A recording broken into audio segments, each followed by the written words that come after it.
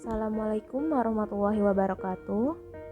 Perkenalkan, nama saya Nadia Fitra dan ini adalah tugas kedua individu untuk Latsar CPNS gelombang ketiga tahun 2021 tentang analisis isu kontemporer. Isu merupakan masalah yang dikedepankan untuk ditanggapi, atau kabar yang tidak jelas asal-usulnya dan tidak terjamin kebenarannya, bisa juga kabar angin dan desas-desus. Macam-macam isu strategis kontemporer adalah korupsi, narkoba, terorisme dan radikalisme, money laundering, proxy war, kejahatan mass communication seperti cybercrime, hate speech, dan hoax. Saat ini saya akan membahas isu strategis tentang korupsi. Apa itu korupsi? Pengertian korupsi menurut Undang-Undang Nomor 20 Tahun 2001 tentang pemberantasan tindak pidana korupsi adalah tindakan melawan hukum dengan maksud memperkaya diri sendiri, orang lain, atau korupsi yang berakibat merugikan negara atau perekonomian negara. Secara gamblang dalam Undang-Undang Nomor 20 Tahun 2001, tindak pidana korupsi dijelaskan dalam 13 pasal. Berdasarkan pasal-pasal tersebut, korupsi dirumuskan ke dalam 30 bentuk atau jenis tindak pidana korupsi. Dan dari 30 jenis tindak pidana korupsi pada dasarnya dikelompokkan dalam 7 kelompok, yakni sebagai berikut. Pertama, merugikan keuangan negara. Kedua, suap menyuap. Ketiga, penggelapan dalam jabatan. 4, pemerasan. 5, perbuatan curang. 6, benturan kepentingan dalam pengadaan. 7, gratifikasi. Lalu, isu korupsi tersebut akan dianalisis dengan teknik analisis isu. Teknik analisis isu ada berbagai macam, yaitu mind mapping, fishbone diagram, dan analisis SWOT. Di sini saya akan memilih mind mapping.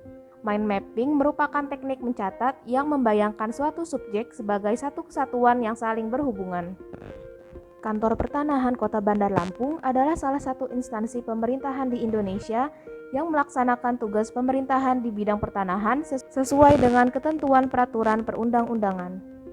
Letaknya yang berada di pusat, yaitu Kota Bandar Lampung, membuat anggapan atau ekspektasi yang cukup tinggi di kalangan ASN Kementerian ATR BPN se-Provinsi Lampung tentang kinerja dan pencapaian Kantah Kota Bandar Lampung. Namun saat ini, Kantor Pertanahan Kota Bandar Lampung belum dan sedang berusaha untuk membangun zona integritas atau ZI menuju wilayah bebas dari korupsi WBK dan wilayah birokrasi bersih melayani WBBM. ZI adalah predikat yang diberikan kepada instansi pemerintah yang pimpinan dan jajarannya mempunyai komitmen untuk mewujudkan WBK atau WBBM melalui reformasi birokrasi, khususnya dalam hal pencegahan korupsi dan peningkatan kualitas pelayanan publik. Di sini saya menggunakan mind map.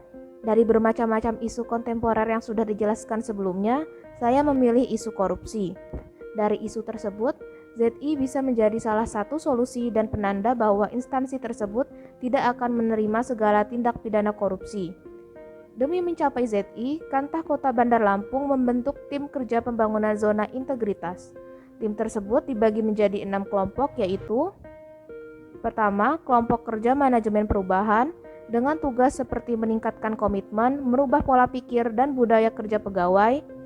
2, kelompok kerja penataan tata laksana dengan tugas seperti meningkatkan penggunaan teknologi informasi dalam proses penyelenggaraan manajemen, meningkatkan efektivitas dan efisiensi dalam proses manajemen.